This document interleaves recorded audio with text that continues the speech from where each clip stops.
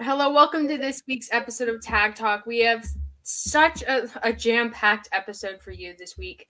I'm Kiley, this is Haley, and before we get into the news and everything happening in the world of tag team wrestling, we have a surprise for you. Our internet dad, Doc, his Twitter is at BRDoc, something like that. Yeah, _Doc. Yeah.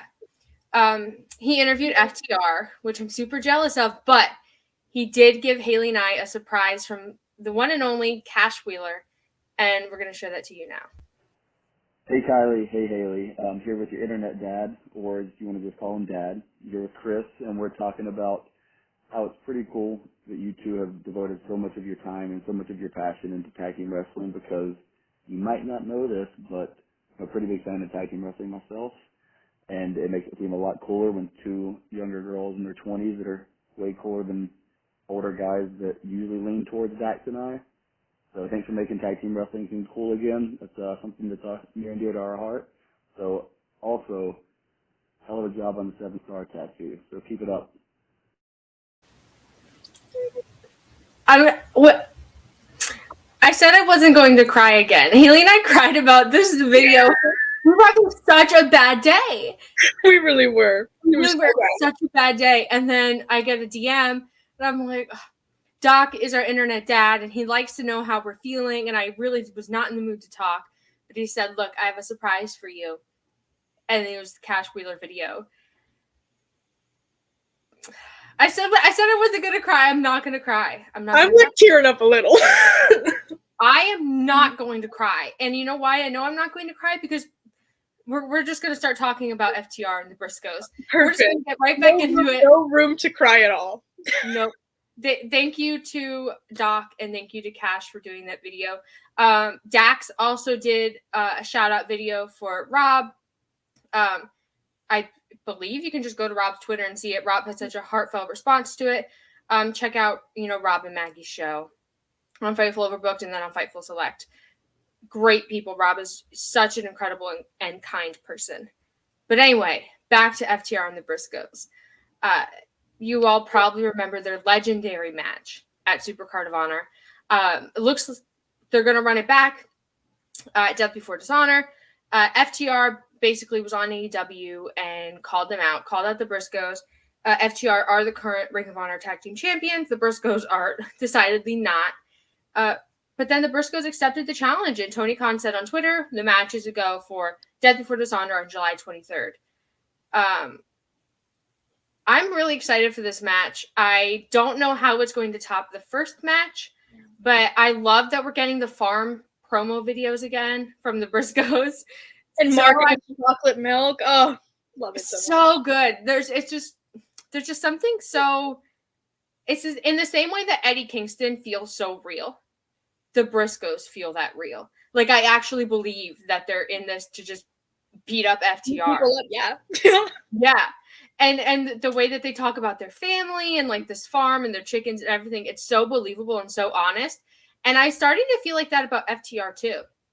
Like, I think FTR undoubtedly in the last 2 years, especially during the pandemic, has really moved through a lot of phases trying to find themselves as wrestlers after leaving the WWE. And I think they're finally in a groove now where it's like, this is who they are and this is their reality. Do you have any, and I'm putting you on the spot here and I apologize, do you have any bold predictions for this FTR Briscoes 2 match?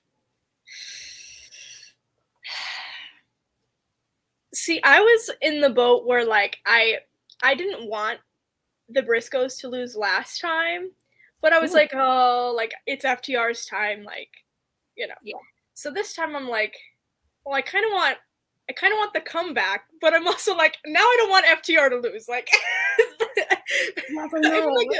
I'm in like a boat where it's like I feel like I'm like a child of divorce. You know what I mean? Like, that's how I feel. I think it's possible the Briscoes will win here, simply because I don't think FTR working Ring of Honor TV is like ever going to happen, and you can't do that if they're chance. But also, it's like I would love to see FTR win, the Impact tag titles or PWG maybe. Shout out to Malachi Black and Brody King. And I would like to see them do that and then like slowly lose them. Kind of in the way they did with Kenny Omega, but like better, because Kenny, they really had to ditch a lot of the titles fast because he was so injured. But also, if the Briscoes win, then we get, a trilogy. And my love of trilogies. I love a good trilogy. So I'm so excited for this match, and it's beyond stupid how excited I am for this match. The rest of this card looks great. Gresham will be there. Mercedes Martinez will be there. Yuta versus Daniel Garcia is happening on the show. But this FTR Briscoes feud, I think, is going to be one for the history books. Yeah, and, the Briscoes are Ring of Honor staples, and they're always going to be Ring of Honor staples. And I think that while I don't know if this is going to top their first match, I feel like a lot of people for a long time thought that the Briscoes were kind of like a one-trick pony type of thing, but they've proved, not even just with their FTR match, but various times over the past, that they're not just like brawlers. Like, they can do technical stuff too, and they can tell a story. So I'm excited to see what they do with this match. Yeah, and I was really impressed with the Briscoe stuff in GCW and Impact after Ring of Honor went on its hiatus.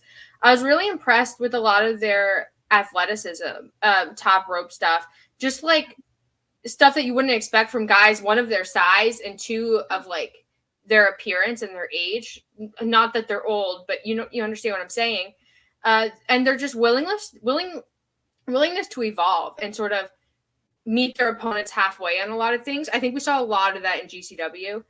And I think we saw that with FTR too in, what was it, April, May, when Supercard of Honor was back then. I'm interested to see if we see FTR sort of work up to do a lot of the stuff that the Briscoes have been doing. Not that I want Dax or Cash to be, hurt or anything. But I don't know. There's just something so cool about seeing tag teams mix and match styles in a match. And I want to see a little bit more of that in this match. If they're going to top the Supercard match, they have to do that. They got to bring a little bit more brawling for sure, yeah. Yeah, Dax and Jay. I just need them to just totally swap and just do absolutely insane things. I would love it.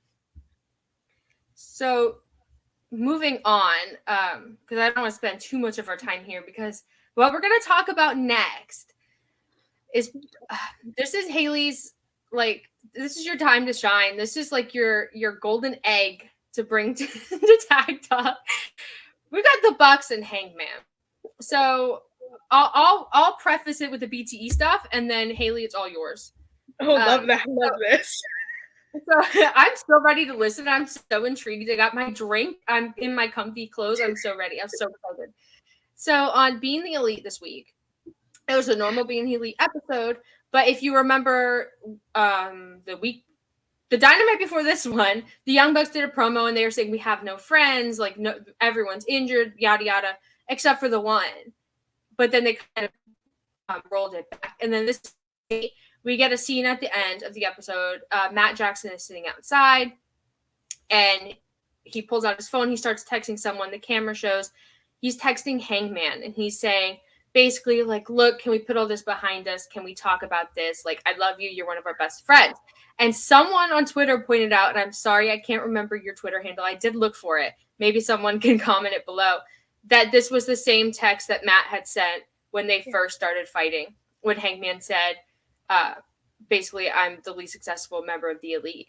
And so now we get Matt, who apparently has been thinking this the entire time, and Nick is the one who's sort of pulling his emotions in. And we did see that in the promo segment on Dynamite. And I don't know. Matt didn't hit send. He deleted it. He's still thinking about it. But what an emotional moment. And I know it's a meme at this point, but put that on Dynamite. Please. What are we doing? Long-term storytelling. Come on. But yeah, and I know you already kind of mentioned the fairly identical text that he sent. It was like 2 years ago now. But I feel like it's important to note too that when that text was sent, Hangman never saw it and Matt Hardy had answered Matt Jackson's text and basically like cussed him out, whatever, so that I don't want to talk to you. And so Hangman didn't know that. And then, you know, as Hangman started to progress with the Dark Order, and the Bucks started to kind of feel, you know, a little left out, like they wanted to say something, whatever. And then Matt just kind of was like, you know, he's happy with the Dark Order, like maybe we should just leave it here, just close the book, whatever. But clearly those emotions still there. And I'm so ready to get the Hung Bucks back. I know. So I think most people probably know about this, but back in the pre-AEW days, the Bucks and Hangman, they were a trio.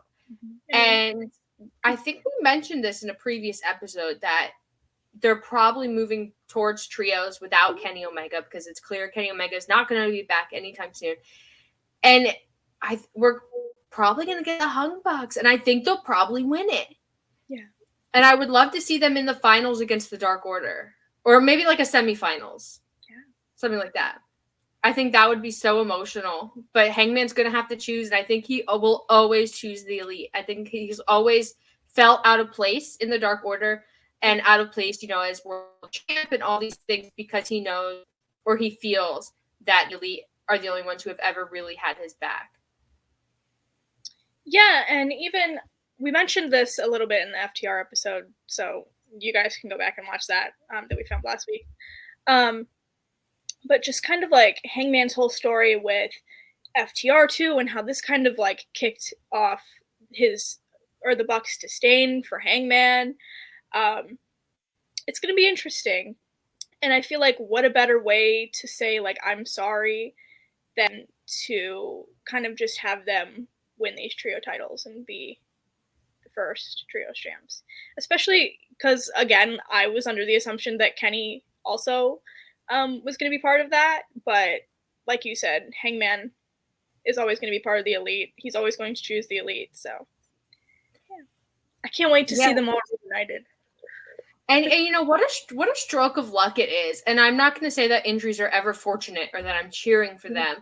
But we're getting this incredible story with the Bucks and Hangman, who are, you know, very important, very talented wrestlers, but they were kind of always overshadowed by Kenny and all the great things that Kenny was doing. And then I feel like if Hangman had done this reunion angle with the Bucks, but then you have Kenny and Adam, and that they both definitely overshadowed this trio. So it's really interesting to see the Elite when they're stripped of like their singles leaders. It's like the Bucks and it's Hangman, and it will always be the Bucks and Hangman. And I think that's such a good story to tell, and I'm really excited for it. I think we'll start to get some subtle things, maybe Hangman, you know, looking at the Bucks, you know, backstage, maybe, you know, mentioning something in a promo the way the Bucks did. But I guess now we have to watch Being the Elite every week to see this stuff. Matt Jackson gonna send that text? Send the text, Matt. You know you want to. Nick's not there. He can't tell you not to. And we're telling you to. Yes. Everyone clip this and send it to Matt Jackson. He knows he needs to. He knows it. And Nick's not there. And I'm not saying that Nick's like a jerk and that he doesn't, you know, like Hangman or bullies Matt or whatever. But Nick definitely, I think, felt more hurt by Hangman leaving. Because going all the way back to when Kenny and Hangman were, you know, feuding with the Bucks, we had Nick who was very upset, who was like, we took you under our wing in Ring of Honor and we showed you the way. You got in the Bullet Club because of us. We did all these great things together and now you're basically throwing us away. And I think it's going to take a lot for Nick to get there. And I don't know when trios belts are coming or anything, but I would love to see this story start progressing on Dynamite more than it is on Being the Elite. Yeah. I also wanted to add that I feel like recently, before they started to kind of tease this storyline a little bit more, Hangman was kind of starting to float a little bit. Which, you know, I'm never necessarily a fan of, especially because he was just champion, and I feel like he was just floating right back down the card. So I'm happy that he's getting this time to shine too. Obviously, you know, not saying that it's a good thing that Kenny got injured or anything like that, but Yeah, of course. you know, it's nice to have him kind of shine in this way too.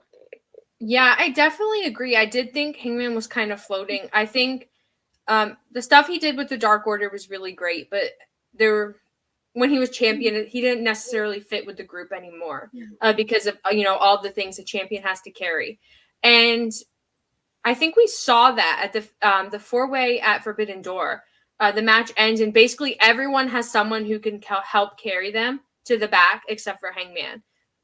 And we did get some, Young Bucks interaction on there. The Young Bucks looked at Hangman. They stayed back. They wanted to help Hangman as Hangman struggling by himself to get to the back. But they were stopped by Kyle O'Reilly, that little rat.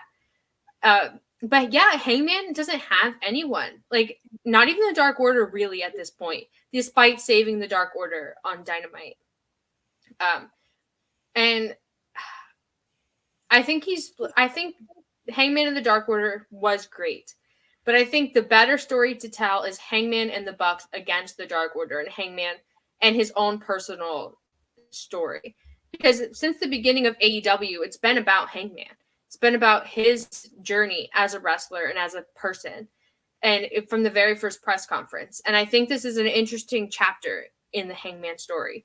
And when Kenny comes back, when Adam comes back, I don't know what will happen. I hope they're both great. I hope they're, healing as best they can. But I'm into this story, and I don't want either of them messing it up. I'm sorry. If I have to give up this story for Kenny Omega, it's not happening. I'm sorry. I'm sorry. And that's coming from Kenny Omega's biggest fan. Like, yeah, always. But listen, the Young Bucks were probably one of my favorite parts of, I don't know, you call it like the peak ROH era, or the Bullet Club ROH era, whatever you want to call it. I don't know. There's always something so interesting about Hangman, who is significantly younger than the Bucks. I don't think a lot of people know that, but he is. He's significantly younger. Something about him being like mentored by the greatest tag team of the time. Let's be clear, but by the Bucks and by Kenny Omega, and he sort of superseded them. And now he's like lost, and he's just wandering around. He lost the 4-way. He wasn't in the AW interim world champion fiasco that happened. And I don't know. I think the Bucks, despite being AW World Tag Team Champions, I think they're in much of the same boat. There's no Kenny Omega. There's no Adam Cole. They're just the Bucks. And I don't think they know at this point. They said, they don't have any of their friends left besides Hangman, but they don't have any of their friends left. Yeah, and I don't think the Bucks know how to be just the Bucks, because they've always been the Bucks. Prior to the Bullet Club, they were the Bucks, of course, but they've been the Bucks in the Bullet Club. They've been like AJ's boys, and then they were Kenny's boys. They had the Young Bucks. They had the Super Clique. So it's like they also are in the same boat. They're learning to find themselves as individuals apart from their groups that they've been in. And I think there's something, and we're romanticizing this a lot, but I think that's one of the great things about wrestling, is that you can romanticize it, and it's just incredible. But I just think there's something really, really interesting with like these two groups, or these two like parties just floating around, not knowing what to do. And then they come together and they win the trios titles together. That's the story I want. And if Tony Khan isn't going there, I'm going to be very upset. Yeah, and I feel like there aren't a ton of like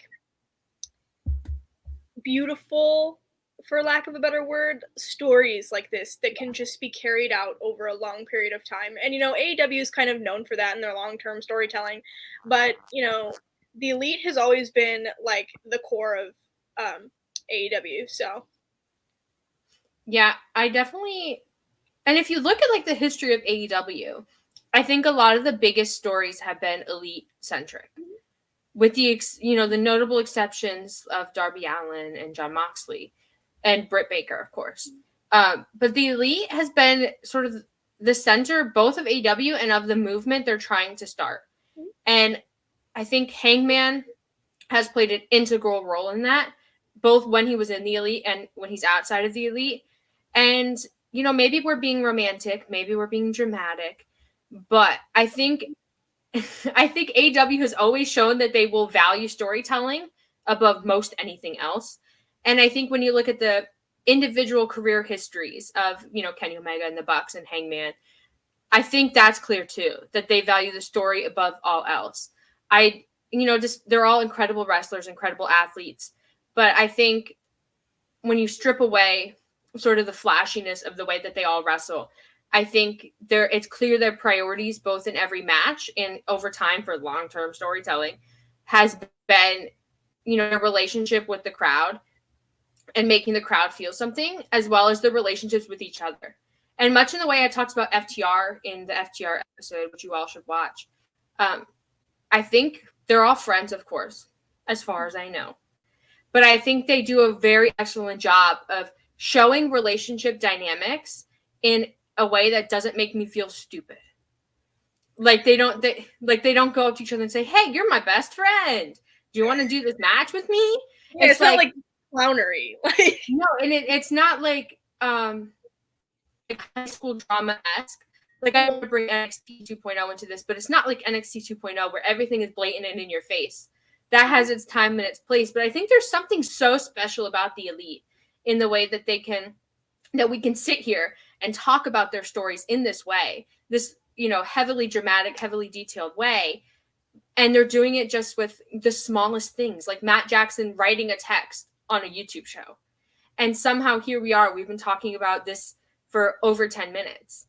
And it all started with Matt Jackson in a text message. And now we can go back and we can look at their interactions and the things that they've said for the smallest, tiniest little details that create a whole story. And I think that's something that's, one, sort of a big, big part of tag team wrestling that gets missed more often than not. And two, one of the incredible things about the Elite. Yeah, and we can even take it back to the Full Gear match too. And the Rampage before Full Gear, when Hangman had apologized to the Bucks, and he was like, don't get in the way of the match. Like, and obviously we know that the Bucks had come down to ringside. And, Nick was a little bit more hesitant. Like, he definitely wanted to get up there and get in the ring, but he follows his brother's direction. And, Matt gave him the go-ahead and was like, it's your time. So I feel like it's going to be interesting to see how this evolves. But I just love the Elite. I just love the Elite too. If you guys want an Elite dedicated episode in the same way we did the FTR episode, let us know, because we are longtime Elite fans, and I have a lot to say about the Elite if you couldn't tell. I love all of these guys so much. Haley's, the Young Bucks stan of the group. Anyway, just to sum it up, I think we're definitely going to get this trio. I think we're moving into trios titles without Kenny Omega. I think that's evident by everything that's going on AEW TV between the House of Black and, the Dark Order and all these groups. I think it's clear. And I think the Bucks and Hangman are going to be there. It's interesting, though, the Bucks, who are tag team champs, are they going to be double champs, or are they going to drop the belts and then we're going to go into trios? I don't know. That's a good point. I don't know. AEW loves their double champs. They love a good double champ, but I don't think that serves the story. Two-time AEW world tag champs. So yeah, I just don't think the Bucks as tag champs, like just the two of them, serves this Hung Bucks story. Like, it needs to be all of them together, not the Bucks and then Hangman. So I think they got to drop those belts probably to FTR. All Out. Wow. All Out is so soon. It's just like 2 months away. Well, we got to get working. Clock's ticking. But in other AEW news, did you have any other Hung Bucks thoughts? I could go on for days, so we should just cut it here. In other AEW news, I'm not going to go too much into this because it's Ring of Honor, but it's watch Code of Honor podcast. Watch Code of Honor podcast on bodyslam.net YouTube channel every Monday at 3 p.m. Myself and my co-host Kyle Sparks talk everything Ring of Honor. And this week's episode is going to be, it's going to have a lot going on, because this Rampage was Ring of Honor. This was an episode of Ring of Honor TV, really, and I was here for it. So we had a tag match, and it was Jonathan Gresham and Lee Moriarty versus Tully Blanchard Enterprises. It was an okay match. I mean, let's be clear. I was very interested in the Jonathan Gresham being there more than I was interested in this tag match. But then we get Jonathan Gresham refusing to tag Lee Moriarty. He just walks away, and he's just buddies with Tully Blanchard, which is weird. I don't think I like that part. I don't know why he would be there. But it was to set up, the title match with Lee Moriarty, which is next Rampage, I believe. And I just wanted to mention that, the Ring of Honor tag team division is coming together. And, we got what are the Tully Blanchard Enterprises, but this specific tag team, it's like Gates of Hell. And then who else is tag team division? We have FTR, the Briscoes. Maybe are the Briscoes there? Brian Cage is still.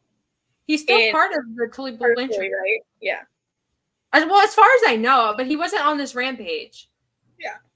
So I don't know. But as far as I know, he's still there. I don't know why he wouldn't have been on the Rampage. Maybe he had a booking somewhere else. I don't know. But yeah, it's really interesting.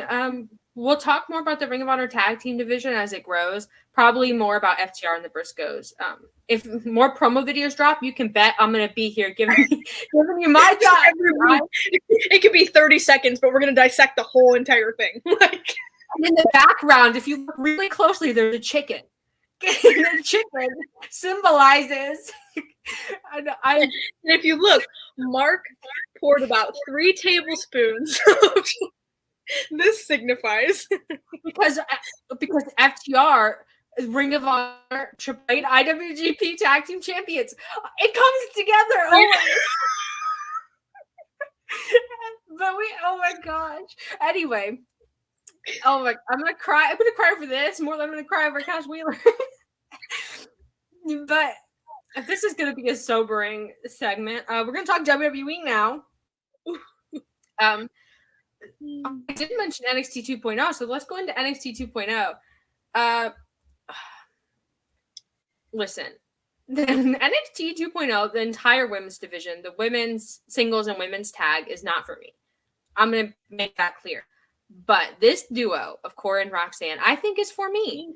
I saw them wrestle Toxic Attraction at the NXT house show, live event, whatever it was, that I went to. And I was very, very impressed with these two. They're both very young, Cora Jade and Roxanne. But I think they wrestle I think they wrestle cohesively as a team, more than they probably should, given their lack of experience in tag team wrestling and in wrestling in general.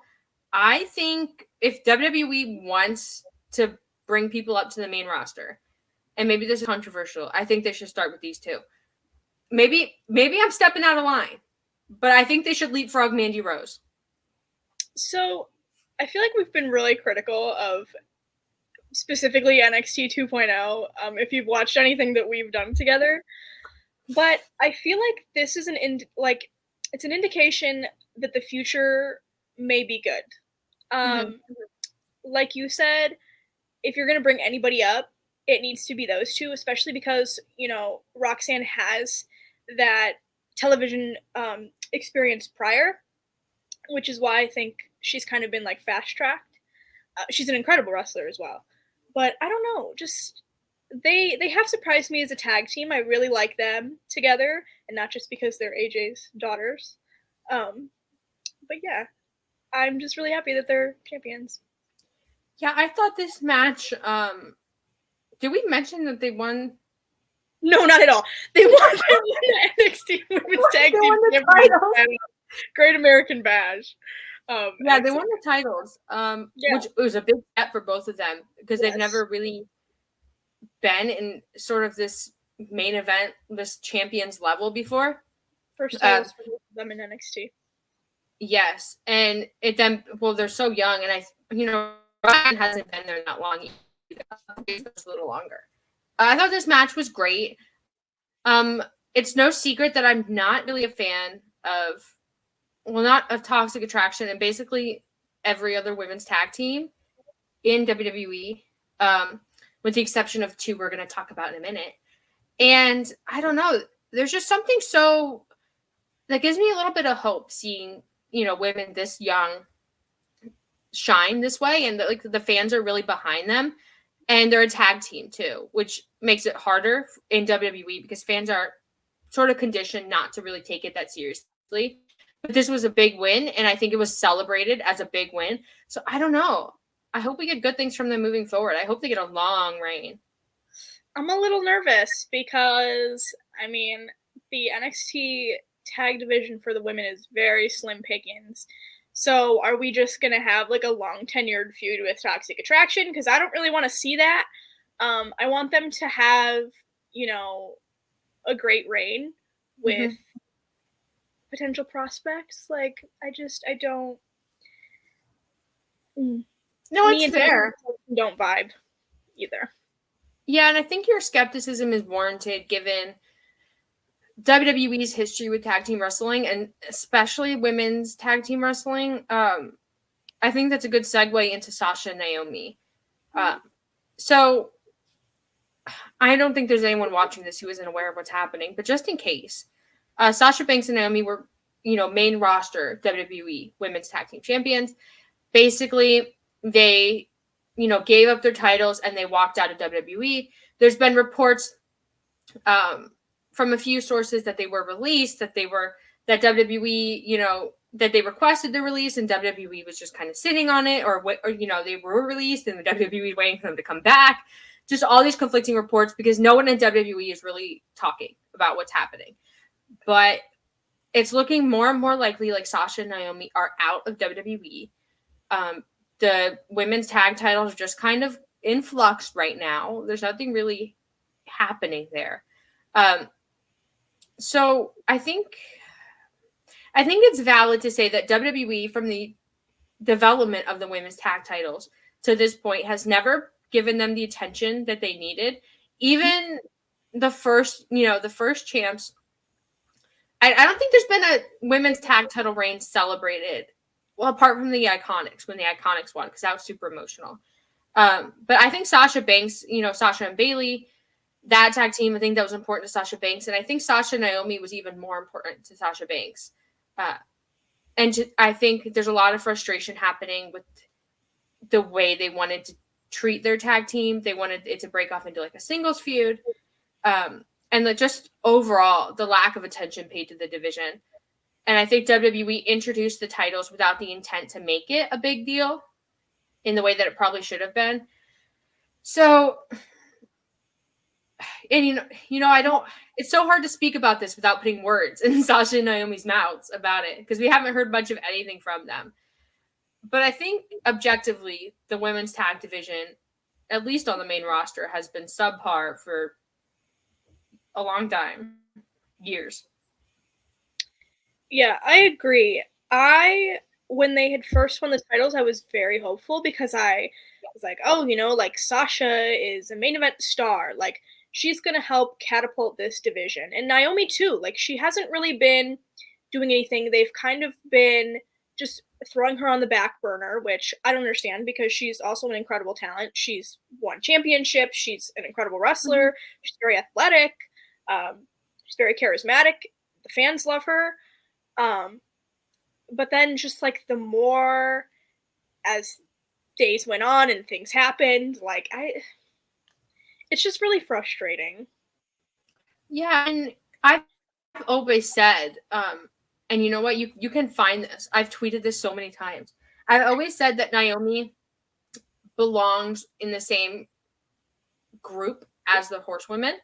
Yeah. I think Naomi has always been super underrated as a talent. And you can talk about, athleticism and technique and blah, blah, blah. But when you come down to bare bones wrestling ability, from, her in-ring to her promos to her entertainment ability to all the things that make a wrestler, I think Naomi is up there. And I think Sasha and Naomi is an elite pairing that WWE could have done a lot more with. And they could have really use them to hold up this tag team division until they could rebuild it, after losing the Iconics and, basically all their women's tag teams, basically all their female wrestlers. And they didn't. It was clear that WWE did not care about their reign. I think even when they were still wrestling and they were still wrestling as tag champs, I think WWE didn't give them time. I think there was no stories that really made a lot of sense. And clearly that got to Sasha and Naomi because they did walk out. But that's all we really know. Like, we don't know if they were released, if they're waiting for the release, what's going on. But if they are released, I would like them to stay a tag team because I think there's something really special there. And, you know, AEW has, you know, quietly been building a little women's tag division. I'm not saying tag titles are coming soon, that there's going to be, you know, an official division or anything like that. But I don't know. I think Tony Khan, if they are released, of course, should shell out millions on these two. Because like I said, I think there's something so special about the way those two interact with each other. Yeah, and I think, too, Tony has expressed interest in eventually bringing in women's tag titles. But I do think that they should be kept the team as well, especially because, you know, they left together, and I think, you know, they're stronger as a unit. Mm-hmm. And I don't know. I feel like they could really bring some value to AEW, though.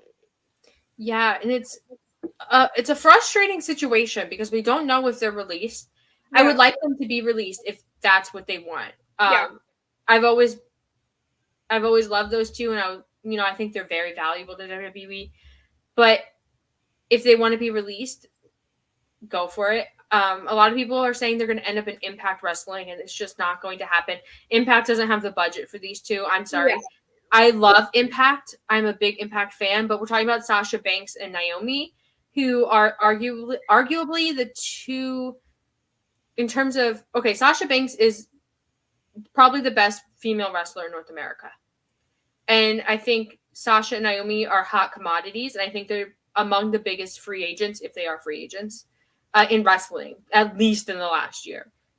I think a lot of companies are hurting for female wrestlers because the indie scene is full of them, but like a lot of them just want to be independent wrestlers, which is fine. AEW, at the very least, I don't know about Sasha because Sasha has trained in Japan. She's done a lot of stuff in Japan. But I think you should start with Naomi. And maybe that's a controversial opinion. I think people are expecting Tony to jump on Sasha and not Naomi. But I think there's a lot more you can do with Naomi. And when you look at, you know, AEW's history, all the free agents they've signed for like Malachi Black and, you know, Eddie Kingston, all these guys, it's always been people who have never really, it's never clicked and they've never gotten the push that they really should have gotten, or they've never, you know, showed out like they should have. And I think Naomi's in that category. So whatever they do, I hope it's as a tag team, and I hope them being in AEW gets Tony Khan to give us women's tag titles. The division's small, but the tag teams are there. Yeah. And I wanted to add too, I feel like people are always quick to say like, oh, like AEW is signing all these ex-WWE talents, whatever. Let's be honest. And this is unfortunate, but AEW is one of the only other companies in the world that can afford to shell out millions of dollars because of Tony Khan on talent. And that's just like, they're not going to settle for less when they know that their worth is more. If they didn't stay in WWE, what makes you think that they're going to settle for less? Yeah. Like, it's not always about the money. But if you know your worth and your talent as a wrestler, why wouldn't you, you know, get equal or more and have a better schedule and get to do more, especially Sasha. That would open her up to do more stuff in Hollywood as well. But yeah, I do think that they should start with Naomi, especially because Sasha's got her own stuff going on. They could always come back to that. But I feel like she deserves her moment. She was kind of in that like beginner developmental NXT group with AJ. And I feel like it says something that she's been able to spend over a decade now in WWE and just at the top, you know?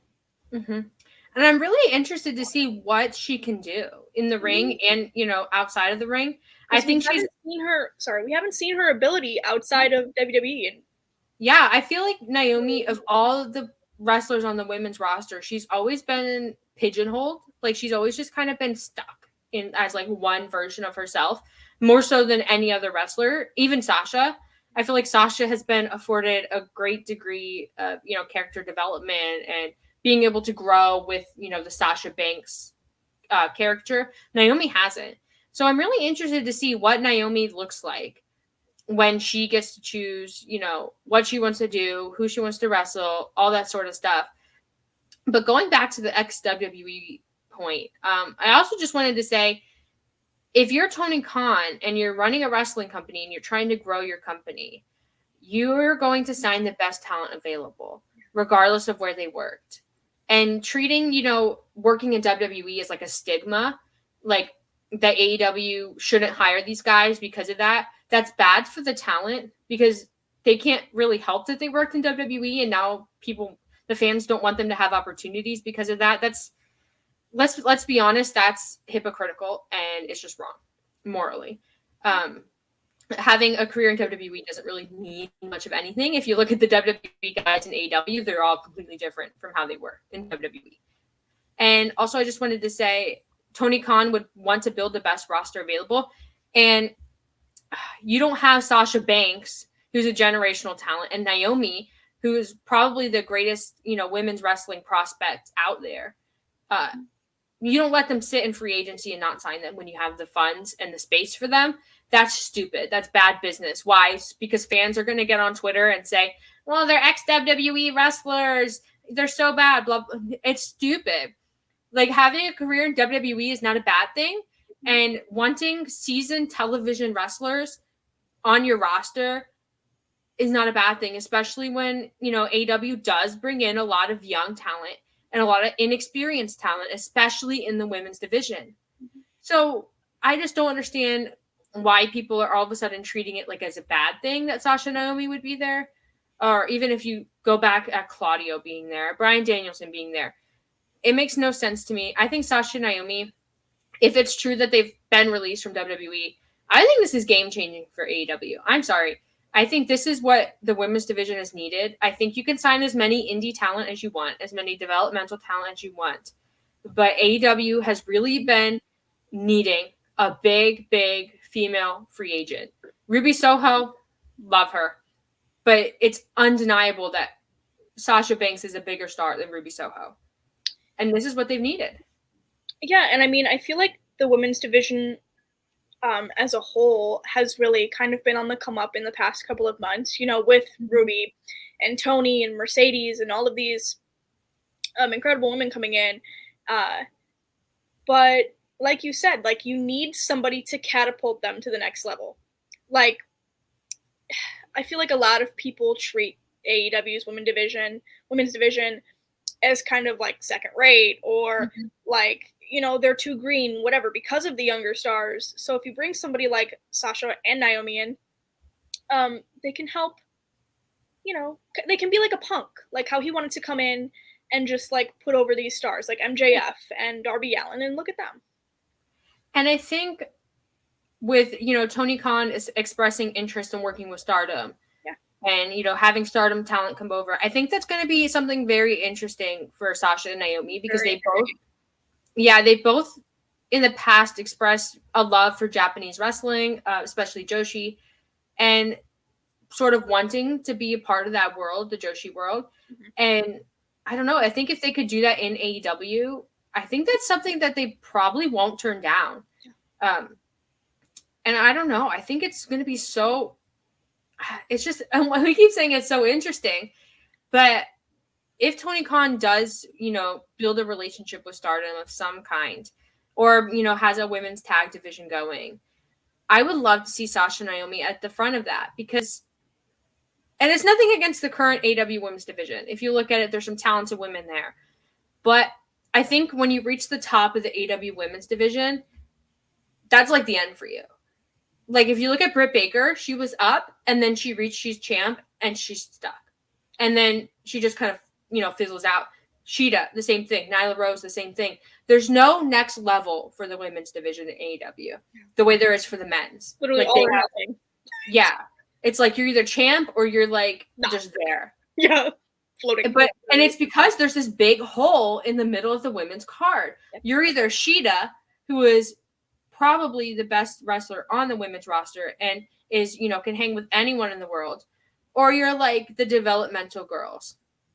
And there's this big hole. And if you could have Sasha and Naomi, who should be up here, but they're working with girls down here to bring them to the middle, you're set, especially if you're going to do tag titles, because as champions, you can do a whole lot with getting talent over as champs. So I don't know. I think like a Bunny and Penelope, or like a Ty Conti and Anna Jay mixing it up with them. Like, we have the baddies, and you have Jade, who's TBS champion, but she has a squad of baddies who aren't doing much of anything, and you could do a whole lot with them. They're very talented wrestlers. And you have, Ruby Soho, who's been floating around with Chris Statlander, who's now floating around with Athena, and there's no like solid relationships there because there's no tag team division for the women. I think you bring in Sasha and Naomi, you have them go on a tear as tag team wrestlers, beating TJ, beating the baddies, beating all these people, and then you just give Sasha a mic and you say, Tony Khan, I demand that you get tag titles because clearly we deserve to be champions, and Tony Khan will do it. There'll probably be a tournament because he loves his tournaments. But I don't know. This is a big opportunity for AEW, and I would hate to see them squander it. Of course, this relies on them actually being released from WWE, but I think as time goes on, it's more and more likely. Yeah, I agree. I feel like they've kind of achieved everything that they could in WWE. So, they still have their best years ahead of them too. Like I don't think they're even close to being done with wrestling. So if they do get released and maybe go to AEW, like you said, like Stardom is very intriguing. Working with a lot of girls that they've never gotten to share a ring with before is very intriguing.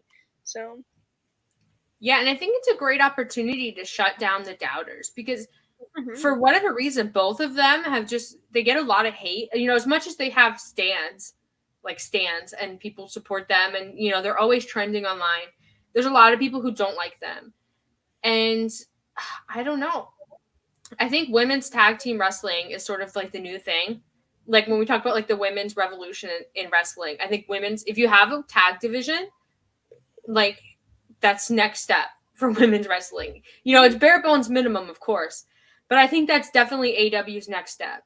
Trios titles for the men and tag division for the women. And what better way to do it than have, two mainstream stars who, have a chip on their shoulder because of everything that happened. And they come ready-made with dedicated fan bases who are going to pop for them no matter what happens.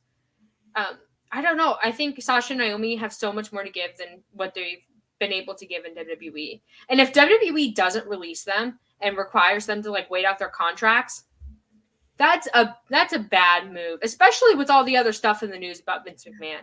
Like you cannot afford to be in the news for, being mean to female employees. Not now. So they have a lot of leverage. They have a lot of time.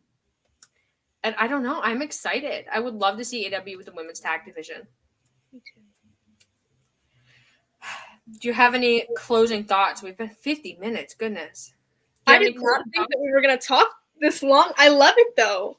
I know. I love that when we can just sit down and talk about something and we're not so, we don't have to check all the boxes, or we can just let things breathe like this. It's great. Do you have any closing thoughts?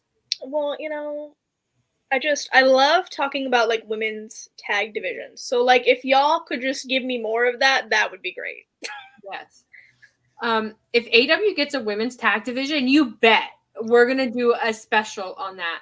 I think AEW has been sitting on a women's tag division for the entire time. Yeah. We had that women's tag tournament where you won the medals, but that doesn't really count.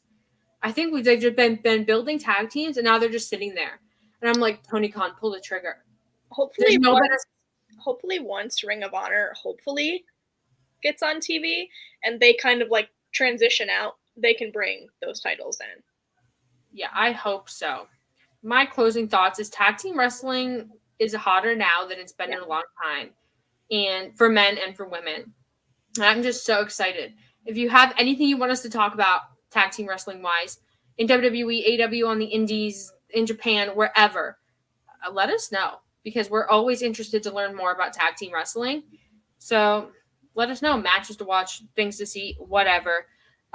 Haley, do you want to do your plugs? Well, you guys can follow me on Twitter. I updated the graphic, so now it's my actual username. But yeah, I do some wrestling writing, and you can check all of that out on my Twitter. It's all there. My turn. You can follow me on Twitter at @Fuller_Kiley. I post everything I'm doing there. I also live tweet, and I'm very funny, so follow me. You can see us, both of us, on Tag Talk every Sunday at 5 on Fightful Overbooked. We'll be here every week. We just did an FTR special, so make sure you go watch that. Special thank you to Cash Wheeler for giving us that shout-out video. It meant the world to both of us. It was an incredible moment. You can also see me on Code of Honor podcast every Monday at 3. Myself and my co-host Kyle talk about Ring of Honor. We have a lot to talk about now. We've kind of been struggling a little bit to keep the podcast going without TV news, but Kyle is a great wrestling historian. We have a backlog of history episodes. Go check out the Ring of Honor Japan episode. We did a Ring of Honor in Japan episode. We talked a lot about the Hung Bucks. Go check that out. Anything else I'm doing, I kind of just post it on my Twitter, and just follow me and you can see what I'm doing. Subscribe to Fightful Overbooked, like this video, comment below, give us ideas for what you guys might want to see, questions you might have for future episodes. We'd love to hear from you. Yeah,